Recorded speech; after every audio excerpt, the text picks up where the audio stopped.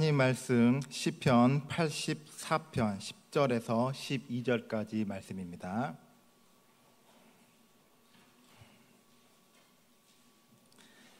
시편 84편 10절에서 12절까지의 말씀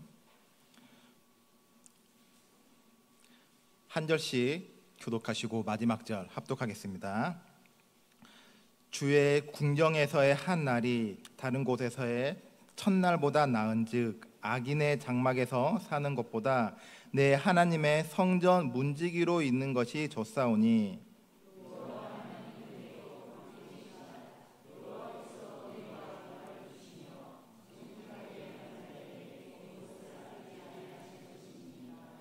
만군의 여호와여 주께 의지하는 자는 복이 있나이다. 아멘. 이 시간 육구역 가족분들 나오셔서 하나님께 특송 올려드리겠습니다.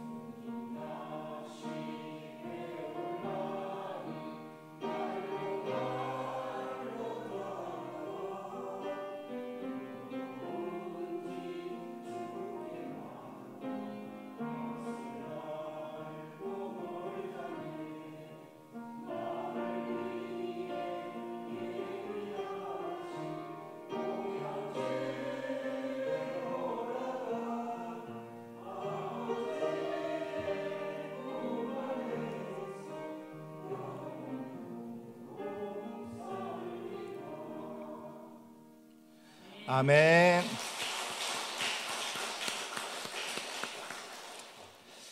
하나님의 크신 은혜와 사랑이 수요일 저녁에 나와 함께 예배드리는 여러분들과 육구역 가족들 위해 함께 하시기를 주의 이름으로 축원드립니다. 우리가 누군가를 좋아하게 되거나 사랑하게 된다면은, 사랑에 우리가 빠지게 된다면은 나타나는 특징들이 몇 가지가 있는데요. 가장 먼저 우리의 그 안에서 신체적인 호르몬의 변화가 있을 것이고, 또 그와는 더불어서 그 사람 앞에서 우리가 평상시의 모습과는 다른 모습을 보이고 싶어하는 그런 마음들이 생기기 때문에 잘 보이고 싶어하는 그런 마음들이 생겨나기 시작합니다. 그렇기 때문에 우리가 평상시에 안 보던 거울도 한 번 더 보게 되고, 그 사람을 만나러 가기에 앞서서 안 뿌리던 향수 같은 것도 뿌리게 이렇게 되려고 하면서 그 사람 앞에서 우리가 어떻게 하면 좀 더 괜찮은 모습을 볼까 하면서 그 사람이 어떤 것을 좋아하고 또 어떤 음식을 좋아하고 이러한 것들을 모든 것을 그 사람에게 맞추려고 우리는 노력을 합니다. 즉 우리가 그 어떤 것보다는 내가 나를 위해서 살아가는 것이 아니라 내가 사랑하는 사람을 위해서 그 사람을 위해서 내가 무언가를 하고 싶고 그 사람을 위한 삶을 살고 싶어진다는 것입니다. 사랑하는 사람을 위해서 살고 싶어진다는 것은 내가 좋아하지 않더라도 그 사람이 좋아한다면은 나 역시도 그 사람 때문에 같이 우리가 함께 할 수 있는 것이고 또 내가 평상시 먹지 않던 음식도 만약에 그 사람이 좋아한다면은 그러한 음식도 우리가 맛있게 같이 먹을 수가 있는 것이죠. 그렇기 때문에 우리가 만약 내가 사랑하는 사람이 생긴다면은 내가 이제 하고 싶은 것만 내가 좋아하는 것만 하면서 사는 삶이 아니라 사랑하는 사람이 무엇을 좋아하는지 우리가 고민하게 되고 또 그 사람을 어떻게 하면은 행복하게 해줄 수 있을까 또 어떻게 하면 그 사람을 즐겁게 해줄 수 있을까를 생각하면서 우리는 살아가게 됩니다. 그렇기 때문에 그 평상시에 있던 내가 가지고 있는 안 좋은 습관도 사랑하는 사람이 싫어한다면은 그러한 습관도 고치기 위해서 많은 노력을 하게 되죠. 반대로 내가 어렵고 힘들어하는 것이 있다고 할지라도 내가 사랑하는 사람을 위해서라면은 그건 역시도 내가 하기 싫어하는 것도 기꺼이 하게 됩니다. 이러한 모습들은 나에게 아무리 힘들고 어려운 일일지라도 우리는 다 그러한 일을 감당하게 되는데 왜냐하면은 내가 힘든 것보다 내가 힘든 대신에 그 사람이 기뻐하는 모습이 내 삶에 있어서 중요하기 때문에 우리는 그렇게 행동하면서 살아가게 됩니다. 우리가 하나님을 사랑하는 사람들도 역시 이와 비슷한 특징들이 나타나고 있는데요. 나를 위해서 살아가는 삶이 아니라 내 중심을 위한 삶을 살아가는 것이 아니라 하나님께서 내 모습을 바라보았을 때 과연 나의 이런 모습을 하나님께서 바라보았을 때 이 모습을 나의 모습을 좋아하실지 기뻐하실지 이러한 모습들을 우리가 고민하면서 우리의 언행 하나하나도 신중하게 생각하면서 모든 삶에 있어서 내 중심이 아니라 하나님 중심으로 살아가게 되는 건데요. 이런 것처럼 사랑의 힘은 정말로 무섭고도 대단하다고 볼 수가 있습니다. 남녀 간의 에로서적인 그러한 사랑도 무섭고 대단하고 형제 간의 부모 간의 사랑도 역시 대단하고 하나님께서 우리에게 허락하시는 아가페적인 그러한 사랑의 힘도 역시나 얼마나 크고 우리가 아름다운지는 우리가 너무나 잘 알고 있습니다. 이런 것처럼 뭐 어떠한 사랑이든지 간에 사랑의 힘은 우리가 감히 측량할 수 없을 정도로 그러한 힘은 불가능한 거고 우리가 예측할 수 없을 정도로 그 사랑의 힘은 파급력이 크고 엄청난 힘을 가지고 있다는 것입니다. 그렇기 때문에 하나님께서도 저와 여러분을 사랑하기 때문에 독생자 아들 예수님을 저와 여러분 가운데 보내주신 것입니다. 그래서 우리가 사랑하는 사람을 위해서 산다는 것 혹은 사랑하는 하나님을 위해서 산다는 것은 내가 내 것을 좋아하는 것을 포기하고 내려놓아야만 하는 것인데 그렇게 우리가 살아가다 보니까 우리가 때로는 하나님을 위한 삶이 사는 것이 힘들고 버거울 때도 있습니다. 내 것을 포기하고 내려놓는 것이 우리가 각자가 얼마나 힘들고 어려운 일인가는 너무나도 잘 알고 있습니다. 하지만 그럼에도 불구하고 우리가 사랑하는 사람을 위해서 혹은 사랑하는 하나님을 위해서 살 수 있는 이유는 혹은 우리가 하나님과 우리가 사랑하는 이웃들을 섬기면서 헌신할 수 있는 이유는 우리가 하나님을 위해서 살 때 하나님께서 기뻐하시는 그러한 모습이, 우리가 하나님께 영광 돌릴 수 있는 모습이 우리의 머릿속에 그려지고 있기 때문입니다. 이렇게 우리가 하나님을 위해서 산다는 것은 내가 어떠한 행동을 할 때 이러한 나의 모습을 보고 하나님께서 얼마나 기뻐하실까부터 우리가 머릿속에 떠올린다는 것입니다. 사랑하는 하나님께서 우리의 모습을 보고 우리가 이렇게 우리의 모습을 보고 기뻐하시는 그러한 모습을 떠올릴 수 있다면은 지금 내 상황이 어렵고 힘들지라도 내 중심이 아니라 하나님이 중심이 되는 삶을 살아갈 수가 있는데요. 하나님 중심으로 살아가고 있는 성경 속에 많은 그 인물들이 등장하는데, 오늘 함께 나누고자 하는 인물은 다윗을 통하여서 함께 말씀을 나누어 보고자 합니다. 다윗은 이스라엘 그 왕궁의 세 번째 왕입니다. 첫 번째 왕이 사울이었고, 사울이 죽은 다음에 그 사울의 아들이었던 이스보셋이 잠깐 2년 동안 유다 지파를 뺀 나머지 11개의 그 지파의 이스라엘을 다스리고 있는 그러한 도중에, 그러고 있을 때 다윗은 유다에서 먼저 왕으로서 기름 부음을 받고, 그 다음에 유다와 나머지 11개의 지파들을 통일시켜서 이스라엘의 통일 왕국의 왕으로 올라서게 됩니다. 다윗은 왕이 되고 나서 가장 먼저 한 일이 있는데요. 가장 먼저 했던 일이 예루살렘의 시온 산성을 점령하고 그곳의 이름을 다윗성이라고 가장 먼저 이름을 지었습니다. 시온 산성에는 여부스 그 민족들이, 그 여부스 사람들이 살고 있었는데, 이곳은 여호수아 시대에서도 이스라엘이 정복할 수 없었던, 그 정복되지 않는 곳이 여부스 족속인데, 그들이 살고 있던 곳에 가서 그 다윗이 전쟁을 해서 그들을 물리치리고, 그리고 그곳을 이스라엘의 수도로 삼고 다윗성이라고 이름을 짓고 다윗성을 세워 나갑니다. 또한 그 블레셋과의 전투에서 승리를 한 다음에 아주 오래전에 사사시대에 빼앗겼던 하나님의 언약궤를 다시 예루살렘에 있는 다윗성으로 되찾아오기까지 하는데요. 뒤에서 또 한번 이야기를 하겠지만, 먼저 그 이스라엘의 초대 왕으로 부름받았던 사울 왕은 이스라엘의 가장 첫 번째 왕이었지만 하나님의 언약궤에는 아무런 관심이 없었습니다. 언약궤는 하나님의 임재를 상징하고, 그 언약궤 안에는 언약의 말씀이 십계명 돌판이 그 안에 들어있죠. 그렇기 때문에 그러한 언약궤는 이스라엘 민족에 있어서는 그 언약궤가 하나님의 임재이고 하나님의 그 하나님 권능의 상징이고 이들의 신앙의 중심이지만, 사울 왕은 왕이 되었음에도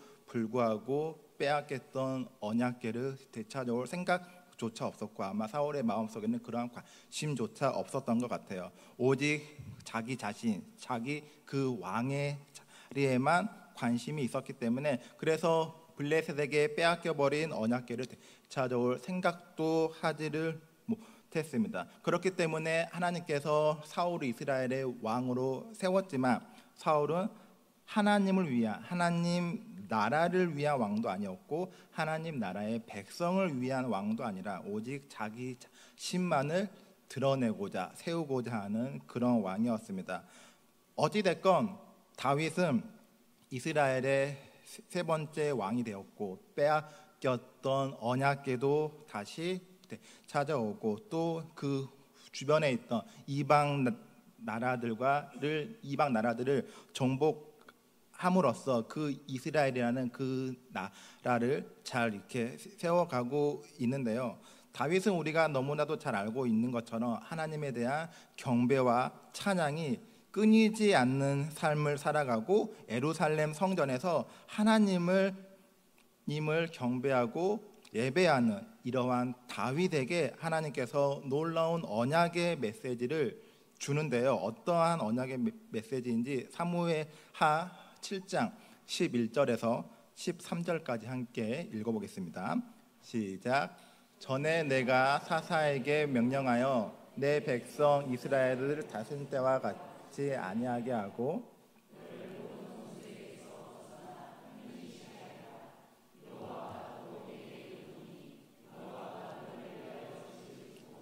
내 수완이 차서 내 조상들과 함께 누울 때 내가 내 몸에서 내 씨를 내 뒤에 세워 그의 나라를 견고하게 하리라. 그는 내 이름을 위하여 집을 건축할 것이요 나는 그의 나라 왕위를 영원히 견고하게 하니라. 아멘. 하나님께서 다윗에게 언약의 메시지를 해 주었는데 이 언약의 메시지는 다윗의 혈통을 통하여서 하나님을 통치하게 될 메시아가 도래하게 될 것이라는 그 이상의 메시지를 이렇게 전해주고 있습니다. 하지만 이러한 하나님의 엄청난 그 언약의 메시지를 받은 다윗에게도 승승장구하는 것만이 아니라 때로는 힘들고 어렵고 비참한 시절도 다윗의 삶에 있어서 찾아옵니다. 자신의 그 세 번째 아들이었던 압살롬이 그 다윗에게 반란을 일으켜서 결국에는 압살롬의 그 자기 아들이었던 압살롬에 의해서 예루살렘 성을 빼앗기고 또다시 사울에 이어서 그 자신의 아들로 인하여서 도망자 신세가 되어버린대요. 압살롬은 그 다윗의 첫째 아들이었던 암놈이 그 압살롬의 그 누이를 범하게 됨으로써 압살롬은 자기 그 누이의 복수를 하기 위해서 암놈을 자기의 이복 형인 암놈을 살해하게 되고 또 그러한 범죄를 저질러서 다윗을 피해서 다른 곳으로 이제 도망을 가게 됩니다. 그럼에도 불구하고 다윗은 자기 자신의 첫 번째 아들을 살해하고 도망친 압살롬을 그럼에도 불구하고 끝까지 그리워하면서 결국은 다시 다윗의 그 허락으로 인해서 예루살렘으로 다시 압살롬이 돌아올 수 있는데요. 그럼에도 불구하고 다윗과 압살롬의 관계는 예전처럼 좋아질 수가 없었겠죠. 그러한 과정 가운데 이제 다윗은 점점 나이가 들어가고 있으니까 압살롬은 반역을 일으켜서 그 많은 예루살렘에 있는 지도자들을 이끌고 헤브론으로 가서 반역을 일으키고 헤브론에서 자기 자신이 이스라엘의 왕이 되었다고 이렇게 선포를 하면서 모든 이스라엘 지파에 있는 사람들에게 이제는 더 이상 다윗이 왕이 아니라 내가 새로운 왕이 되었다고 이렇게 선포를 하면서 반역을 일으키게 됩니다. 그렇게 되어서 결국은 다윗이 할 수 있는 선택은 그 자기 자신이 너무나 아끼고 하나님의 언약궤가 있는 예루살렘의 성전을 떠나서 도망칠 수밖에 없는 상황이 된 것인데요. 다윗은 예루살렘 성전을 너무나 사랑했습니다. 단순히 본인이 그 예루살렘을 다윗이 그 성을 점령하고 세운 성이라고 해서 아끼고 살아간 것이 아니라 그 성전에 하나님의 언약궤가 있고 또 그 성전 안에서 하나님이 임재하시고 그곳에서 하나님이 임재하는 곳에서 하나님께 예배할 수 있기 때문에 다윗은 예루살렘 성전을 사랑했는데요. 이처럼 성전은 하나님이 임재하는 곳이었기 때문에 만약에 다윗이 그 예루살렘 성전을 빠져나오지 않았더라면 도망치지 않았더라면 예루살렘 성전에서 그 자신의 아들이 압살롬과 전쟁을 할 수밖에 없었기 때문에 성전이 무너지고 훼손되는 것을 피하기 위해서 예루살렘 성전을 빠져나와서 도망칠 수밖에 없었습니다. 그러한 상황 가운데서도 다행이었던 것은 그럼에도 불구하고 모든 그 신복들이 압살롬을 따라간 것이 아니라 다윗을 따르려고 했던 신복들이 남아 있었고 결국에는 후궁만을 남겨놓고 성전을 지키게 하고 가족과 신하들을 이끌고 급히 도망치면서 피난길을 떠날 수밖에 없었는데요. 이러면서 그 다윗은 왕이 되기 전에는 젊어서는 사울에게 쫓기면서 도망자 신세가 되었지만 노년에는 자기 아들에게 찢기면서 도망자 신세가 되었습니다. 하지만 다윗은 언제나 도망자 신세가 되었음에도 불구하고 하나님을 향한 그 마음의 중심은 떠나지 않았는데요. 오늘 읽었던 시편 84편의 말씀이 이러한 도망자 신세가 되어서 도망자 신세가 되어서 다윗을 비롯해서 다윗과 함께 성전을 빠져나온 고라 자손의 후손들이 예루살렘에 있을 때를 생각하면서 다시 우리가 예루살렘으로 돌아가기를 소망하면서 또 예루살렘의 성전을 그리워하면서 이 시편 84편 말씀을 작성을 했습니다. 이들은 늘 언제나 상황이 좋지 않고 도망자 신세임에도 불구하고 예루살렘 성으로 돌아가기를 이들은 간절히 소망하고 있었는데요.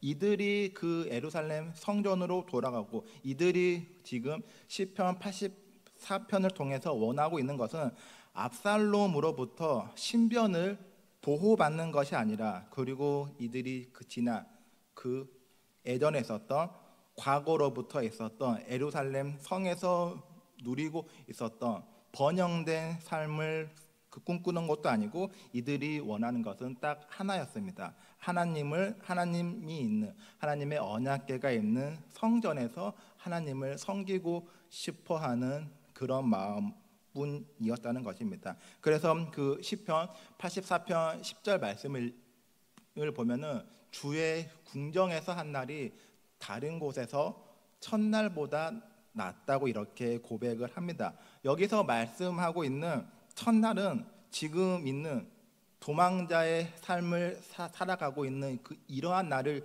의미하는 것이 아니라 그냥 단순히 10, 100, 1000 그러한 숫자적인 개념이 아니라 우리의 다윗의 인생에 우리의 인생의 모든 날을 다 합하여도 우리가 밖에 있는 것보다 주의 궁정 안에 있는 것이 더 낫다고 이렇게 고백을 하는 것입니다. 즉 우리가 단 하루를 살더라도 편안하고 안락한 곳에서 사는 것보다 문지기와 같은 직책일지라도 하나님의 궁정에 거하기를 원하고 있다는 것입니다. 그렇기 때문에 이 말씀을 열악한 환경 속에 있다고 할지라도 우리가 하나님과 함께 할 수 있다면 모든 것을 감수할 수 있다는 그러한 의미입니다. 그렇기 때문에 하나님 없이 번영을 누리면서 평화롭고 즐겁게 보내는 이러한 삶보다는 우리가 하나님을 섬기면서 하나님과 교제하며 하나님을 예배하는 가운데 하나님이 중심이 되는 삶을 선택하겠다는 이러한 한 굳은 결단과 의지를 볼 수 있는 다윗의 고백인데요. 우리가 아무리 건강하고 우리들의 자녀들이 잘 되고 사업이 잘 풀리고 돈이 많이 번다고 할지라도 이러한 한 삶을 백날 천날 평생을 산다고 할지라도 그 가운데 주님이 없다면 그 삶 가운데 주님이 계시지 않는다면 그곳은 악인의 장막이 되는 것이고 반대로 비록 내가 지금 사는 삶이 힘들고 고난이 있고 낙심 가운데 있다고 할지라도 그 삶 가운데 하나님이 중심이 되고 하나님께서 그곳에 거하신다면 우리가 단 하루를 살지라도 이곳에서의 하루가 주의 궁전이 되고 이기 때문에 우리는 이곳을 선택해야 한다는 말씀을 하고 있습니다. 시편 기자가 이렇게 고백할 수 있는 것은 하나님 안에서 하나님께서 주시는 은혜를 입으며 사는 것이 얼마나 큰 축복이고 빼앗길 수 없는 은혜인지를 이 시편 기자는 알고 있기 때문에 이러한 고백을 할 수가 있습니다. 다윗도 마찬가지로 하나님께서 주시는 축복과 은혜를 너무나도 잘 알고 있는 사람이지요. 그렇기 때문에 오직 하나님만을 섬기는 곳이고 하나님의 백성들을 사랑하고 섬길 수가 있는 것입니다. 우리가 그런 하나님의 은혜를 모른다면은 이러한 고백을 할 수가 없겠지만 하나님의 은혜를 아는 사람만이 하나님의 은혜를 사모하고 간절히 찾을 수밖에 없는 것처럼 우리가 늘 언제나 하나님의 은혜를 알기를 원하고 또 그로 인하여서 하나님의 은혜를 사모해야 할 것입니다. 우리가 가끔 인터넷이나 뉴스를 보다 보면은 골동품 가게에서 아주 저렴한 가격으로 물건을 하나 구입을 했는데 알고 봤더니 이게 엄청 옛날 물건이어 가지고 고가의 그 제품이었다 하는 그런 신문 기사나 뉴스를 우리가 가끔 이렇게 접할 수가 있습니다. 만약에 그것을 가장 처음에 값싼 골동품 가게에 판 사람이 그거에 대한 값어치를 알고 있었다면은 절대 팔지 않았겠죠. 우리들의 신앙도 마찬가지입니다. 하나님의 은혜가 우리 가운데 얼마나 크고 귀한 것인지 또 이 세상의 그 어떤 것 갖고도 바꿀 수 없다는 것을 우리가 이러한 사실을 알고 있다면은 시편 기자와 고백과 같이 할 수 있을 것이고 우리의 삶 또한 악인의 장막에서 사는 백날 첫날보다 주의 궁정에서의 사는 삶 하루를 아마 선택을 할 것입니다. 마태복음 13장에서 보면은 예수님께서 하나님 나라의 비유에 대해서 말씀을 하는데요. 그 밭에 감추인 보화의 비유를 말씀을 합니다. 마태복음 13장 44절 말씀 함께 읽어보겠습니다. 시작. 천국은 마치 밭에 감추인 보화가 같으니 사람이 이를 발견한 후 숨겨두고 기뻐하며 돌아가서 자기의 소유를 다 팔아 그 밭을 사느니라. 아멘. 보화가 그 숨겨져 있는 그 밭에 가치를 아는 사람들은 자기가 가지고 있는 모든 것을 다 팔아서라도 그 밭을 살 수밖에 없는 것이고 반대로 그 가치를 모르는 사람은 그냥 그 아까 골동품 이야기처럼 쌍값에 넘길 수밖에 없는 것이죠. 이런 것처럼 우리가 하나님의 은혜를 아는 사람만이 하나님의 은혜를 구할 수가 있고 또 우리가 하나님의 은혜를 소망하면서 하나님 안에 머물기를 갈망하고 하나님의 중심이 되는 삶을 살아갈 수가 있습니다. 하나님께서 우리에게 허락하시는 것과 우리에게 주시는 것과 세상이 우리에게 주는 것은 비교할 수가 없는데요. 비교하는 것 자체가 어쩌면 말이 안 되는 이야기일 수가 있는데 하지만 하나님께서 우리에게 주시는 이 은혜와 가치를 세상이 우리에게 주는 편리함이나 가치가 이러한 것들과는 우리가 서로를 비교를 할 수가 없다는 것입니다. 결국 그 어떤 것도 하나님께서 우리에게 주시는 영생의 가치나 그의 나라, 하나님 나라의 가치는 따라갈 수가 없는 것처럼 우리는 세상과 비교를 하는 것이 아니라 세상의 모든 것을 다 내려놓고 우리가 포기하더라도 오직 주님께서만 우리에게 줄 수 있는 그 하나님 나라를 선택해야 하는 것이고 우리가 하나님 나라를 선택함으로 인하여서 우리가 주의 길을 걸어갈 때 그 다윗처럼 도망자 신세가 된다고 할지라도 어려움과 불편함이 동반된다고 할지라도 우리는 이러한 삶을 기쁨과 감사로 받아들이면서 살아가야 한다는 것입니다. 84편 11절 말씀을 한 번 더 읽어보겠습니다. 여호와 하나님은 해요 방패이시라. 여호와께서 은혜와 영화를 주시며 정직하게 행하는 자에게 좋은 것을 아끼지 아니하실 것임이니라. 아멘. 11절 말씀에서는 여호와 하나님을 해와 방패라고 이렇게 부르고 있습니다.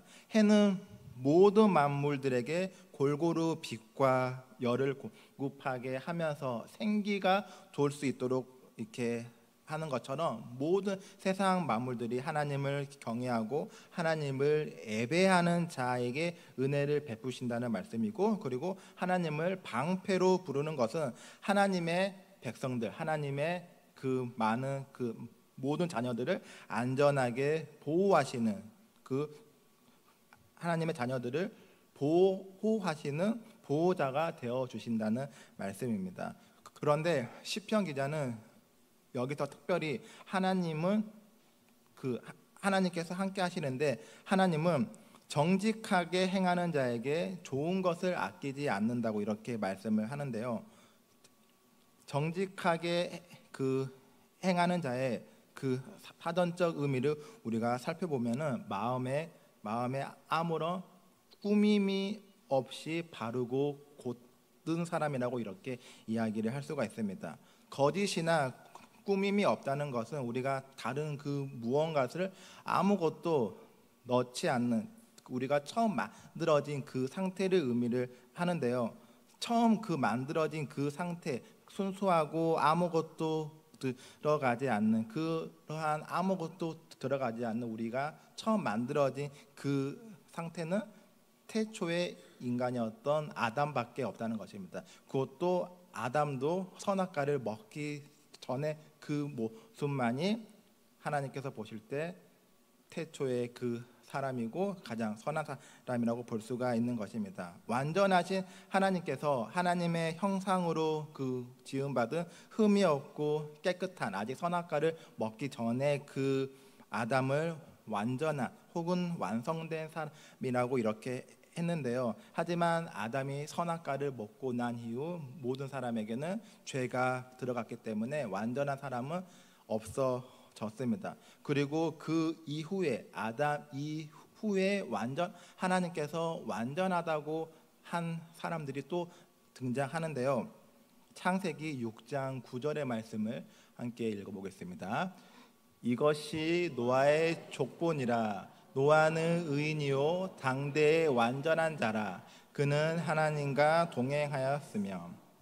노아가 완전한 사람이라고 이렇게 성경에서 이야기를 합니다. 그리고 완전한 사람이고 하나님의 말씀처럼 정직하게 행하는 사람이라는 것입니다. 그런데 여기서 중요한 것은 그 노아 혼자서 완전한 사람이 된 것이 아니라 하나님과 동행했기 때문에 그 하나님과 동행의 결과로 인하여서 완전한 사람이 되었다고 이야기를 하고 있습니다. 노아 이후에 다음으로 완전하다고 하는 사람이 또 등장을 하는데요. 창세기 17장에 보면은 하나님께서 아브라함을 부르면서 아브라함과 할례의 언약을 하면서 아브라함에게 이제 너는 앞으로 내 앞에서 행하는데 완전하게 행해야 한다고 이렇게 이야기를 하고 있습니다. 아브라함도 역시 혼자서 이렇게 살아가면서 완전한 사람이 된 것이 아니라 하나님 앞에서 하나님과 동행하면서 살아감으로써 하나님과 아브라함과 할례의 언약을 통해서 아브라함이 하나님의 사람이 됨으로써 아브라함도 역시 완전한 그러한 삶으로 하나님 앞에 나아올 수가 있었던 건데요. 이런 것처럼 노아나 아브라함 그리고 많은 신앙의 선배들이 하나님과 동행함으로써 하나님과 연합함으로써 그 완전한 사람이 될 수가 있었던 것입니다. 우리가 하나님과 함께 동행한다는 것은 단순히 일시적인 사건이 아니라 그 삶 전체에서 우리에게 계속되어진다는 것인데, 또한 하나님께서 말씀하는 것은 오늘 그 말씀의 제목처럼 정직하게 행하는 자는 흠이 없어야 이야기를 하고 있습니다. 하나님께서 히브리인들 그 애굽에서 백성들을 탈출시키고 유월절 어린 양을 준비하라고 했을 때 아무 양이나 준비하라고 한 것이 아니라 흠이 없는 양을 준비하라고 했던 거죠. 이런 것처럼 정직하게 행하는 자는 하나님 앞에서 결코 부끄럽지 않도록 진실된 말과 행동을 하는 그 사람이 정직한 사람이고, 또 하나님을 경외하고 또 하나님을 위해서 살아가는 사람, 흠이 없는 사람, 즉 하나님과 동행하는 사람이라는 것입니다. 우리가 이제는 죄로 더럽혀져 있고 망가져 있어서 저와 여러분 모두가 상처와 아픔이 많이 있는 사람들입니다. 그렇기 때문에 우리가 지금 할 수 있는 것은 우리가 정직하게 행할 수 있는 정직하게 행할 수 있는 것을 우리가 아무런 흠이 없는 삶을 우리가 표방하는 것이 아니라 하나님의 말씀을 따라 살아가려고 우리가 애쓰고 노력하면서 하나님께서 우리의 모습을 보시고 우리의 어떤 모습을 보고 기뻐하실까, 이러한 모습들을 상상해 가면서 우리가 하나님께만 예배하고 하나님께만 경배와 찬양을 올려드리고자 하는 그러한 힘쓰며 애쓰는 삶을 이야기를 하고 있는 것입니다. 말씀을 정리하도록 하겠습니다. 오늘 그 시편 84편의 말씀을 통해서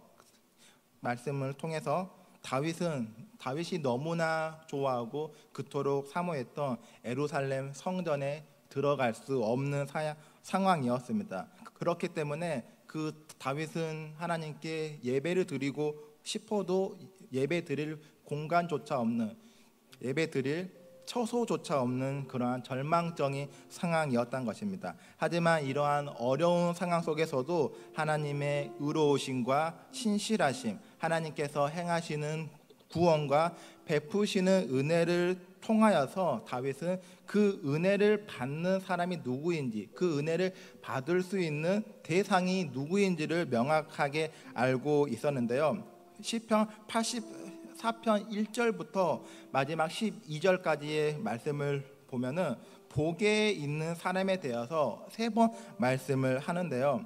4절에서 먼저 주의 집에 사는 자가 복이 있고, 또 5절에서는 그 마음에 시온의 대로가 있는 사람, 그리고 마지막 12절에서는 주께 의지하는 자가 복이 있다고 이렇게 이야기를 하고 있습니다. 즉 우리가 주의 그 집에 거하면서 하나님과 동행하고 그 마음속에 예루살렘 시온을 향한 그 길이 나와 있고, 우리가 주님만을 의지하면서 주님과 교제를 나누는 사람이 84편을 통해서 복이 있다고 이야기를 하고 있습니다. 저와 여러분이 단 하루를 살더라도 하나님과 동행하는 삶을 통하여서 그것이 복된 삶이고, 또 그러한 삶이 진리의 삶이고, 또 이러한 삶이 자유하게 되는 삶이라는 것을 우리가 알 수 있는, 또 우리가 이러한 삶을 고백할 수 있는 저와 여러분이 되기를 바라겠습니다. 우리 찬송가 401장 함께 우리 찬송하도록 하겠습니다.